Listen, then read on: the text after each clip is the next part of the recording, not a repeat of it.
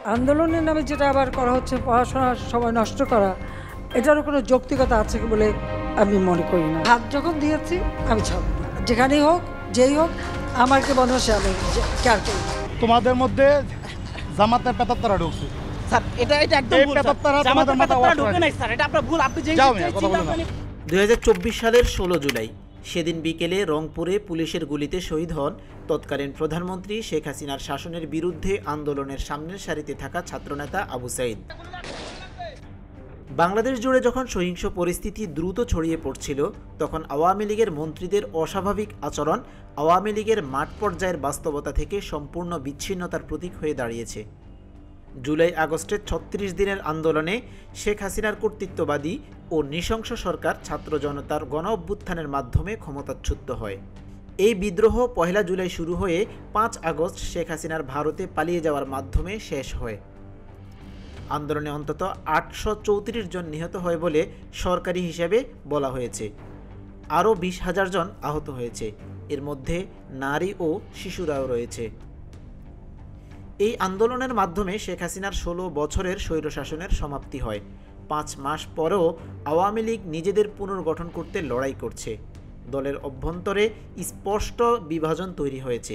একদিকে ক্ষমাশীল না হওয়া প্রবীণ নেতারা, আর অন্যদিকে মাধ্যম সারির নেতাকর্মীরা যারা মনে করেন দলকে ভুল থেকে শিক্ষা নিতে হবে। অনেক আওয়ামী লীগ নেতা এখনও দায় এড়ানোর চেষ্টা করছেন। দলটির যুগ্ম সাধারণ সম্পাদক AFM বাহাউদ্দিন নাসিম 16 জানুয়ারি একটি অজানা স্থান থেকে আন্তর্জাতিক সংবাদ মাধ্যম আল জাজিরাকে ফোনে বলেন, আমরা আন্তর্জাতিক ষড়যন্ত্রের শিকার, এটা শিগগিরই প্রমাণিত হবে। তবে তিনি স্পষ্ট করেননি তিনি কাকে অভিযুক্ত করেছেন। বিশ্লেষকরা মনে করেন এমন দাবি দলটির ব্যর্থতা স্বীকার করতে না পারা এবং জনগণের অসন্তোষ মোকাবেলায় অক্ষমতার পরিচায়ক। 2024 সালের 5 আগস্ট দেশের সাধারণ জনতার ঢল যখন স্বৈরাচার হাসিনা সরকারের বাসভবনের দিকে অগ্রসর হচ্ছিল, তখন হাসিনা তার বোন শেখ রেহানাকে নিয়ে গণভবন থেকে সেনাবাহিনীর হেলিকপ্টারে ভারতে পালিয়ে যান। আওয়ামী লীগের ছাত্র সংগঠন বাংলাদেশ ছাত্রলীগের একজন সিনিয়র স্থানীয় নেতা নাম প্রকাশ না করার শর্তে আল জাজিরাকে বলেন, যখন এই নাটকীয় পালানোর দৃশ্য টিভিতে সম্প্রচারিত হচ্ছিল, তখন আমি খুলনার রাস্তায় কিছু কর্মীর সঙ্গে ছিলাম। আমি স্থানীয় সাংসদের কাছে ফোন করার চেষ্টা করেছিলাম, কিন্তু তার ফোন বন্ধ ছিল। তখনই আমি নিজেকে প্রতারিত মনে করেছি। 2024 সালের 23 অক্টোবর নোবেল বিজয়ী ডক্টর মোহাম্মদ ইউনূসের নেতৃত্বাধীন অন্তর্বর্তীকালীন সরকার ছাত্রলীগকে নিষিদ্ধ করে। খুলনার ওই প্রভাবশালী ছাত্রলীগ নেতা বলেন, আমি আমার ফেসবুক অ্যাকাউন্ট, ফোন নম্বর সব কিছু পরিবর্তন করেছি। বেঁচে থাকার জন্য ঢাকায় ছোট ব্যবসা শুরু করেছি। তিনি বলেন, আওয়ামী লীগ আমাদের সাথে প্রতারণা করেছে, আমি আর কখনোই রাজনীতিতে ফিরব না। দেশজুড়ে তৃণমূল কর্মীরা একই ধরনের অনুভূতি প্রকাশ করেছেন। দলের একটি প্রো আওয়ামী লীগ ডাক্তারদের সংগঠনের এক নেতা নাম প্রকাশ না করার শর্তে একই ধরনের হতাশা ব্যক্ত করেছেন। বিশ্লেষকরা বলছেন, অভ্যন্তরীণ গণতান্ত্রিক অনুশীলনের অভাব প্রাচীন দলটিকে বিশৃঙ্খল অবস্থায় ফেলে দিয়েছে। আওয়ামী লীগ এখনও জুলাই আন্দোলন নামে পরিচিত ছাত্র নেতৃত্বাধীন গণজাগরণের সময় তাদের সরকারের কঠোর পদক্ষেপের জন্য আনুষ্ঠানিক কোনো ক্ষমা প্রার্থনা বা বিবৃতি দেয়নি, বরং দলটি বারবার এই আন্দোলনকে অস্বীকার করেছে।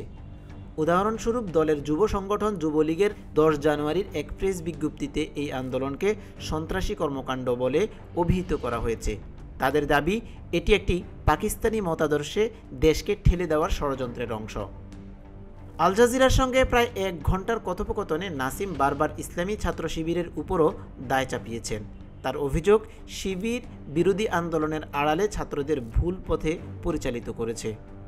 আওয়ামী লীগের সাবেক স্বরাষ্ট্রমন্ত্রী পলাতক আসাদুজ্জামান খান কামাল সরকারের ক্ষমতাচ্যুত হওয়ার আগে 11 বছর দায়িত্বে ছিলেন।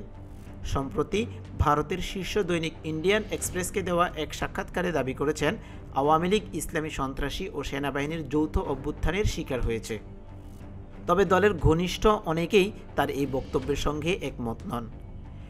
বাংলাদেশের প্রথম প্রধানমন্ত্রী তাজউদ্দিন আহমেদের ছেলে ও সাবেক স্বরাষ্ট্র প্রতিমন্ত্রী তানজিম আহমেদ সোহেল তাজ দলে জবাবদিহিতার অভাব নিয়ে হতাশা প্রকাশ করেছেন।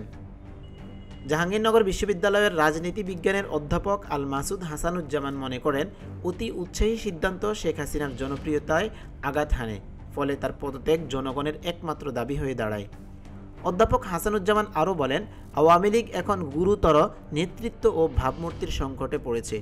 শেখ হাসিনার নেতৃত্বের ভাবমূর্তি গুরুতরভাবে ক্ষতিগ্রস্ত হয়েছে। শেখ হাসিনা ছাড়া দলের পুনর্গঠন কঠিন হবে এবং অভ্যন্তরীণ বিভাজনও বাড়বে। দেশের দুই প্রধান রাজনৈতিক শক্তি বিএনপি ও জামায়াত উভয় বলছে, গত জুলাই ও আগস্টে গণহত্যায় জড়িত আওয়ামী লীগের নেতাকর্মীদের বিচার হতে হবে। তবে তারা বলছে, আওয়ামী লীগের ভবিষ্যৎ শেষ পর্যন্ত বাংলাদেশের জনগণই নির্ধারণ করবে। হাসিনা সরকারকে ক্ষমতাচ্যুত করা ছাত্র আন্দোলনটি আওয়ামী লীগের ভবিষ্যৎ নিয়ে আরও কঠোর অবস্থানে নিয়েছে। 25 জানুয়ারির এক পথসভায় অন্তর্বর্তী ইউনূস সরকারের উপদেষ্টা ও ছাত্র আন্দোলনের গুরুত্বপূর্ণ নেতা মাহফুজ আলম বলেন, আওয়ামী লীগকে পরবর্তী নির্বাচনে অংশ নিতে দেওয়া হবে না। তিনি বলেন, আমাদের লক্ষ্য হলো খুন, গুম ও ধর্ষণের সঙ্গে জড়িত ব্যক্তিদের বিচারের আওতায় আনা, সংস্কার বাস্তবায়ন ও সকল প্রো বাংলাদেশি রাজনৈতিক দলের অংশগ্রহণ নিশ্চিত করে সুষ্ঠু নির্বাচন করা। এইচ এম মহিউদ্দিন, অনুসন্ধান নিউজ, ঢাকা।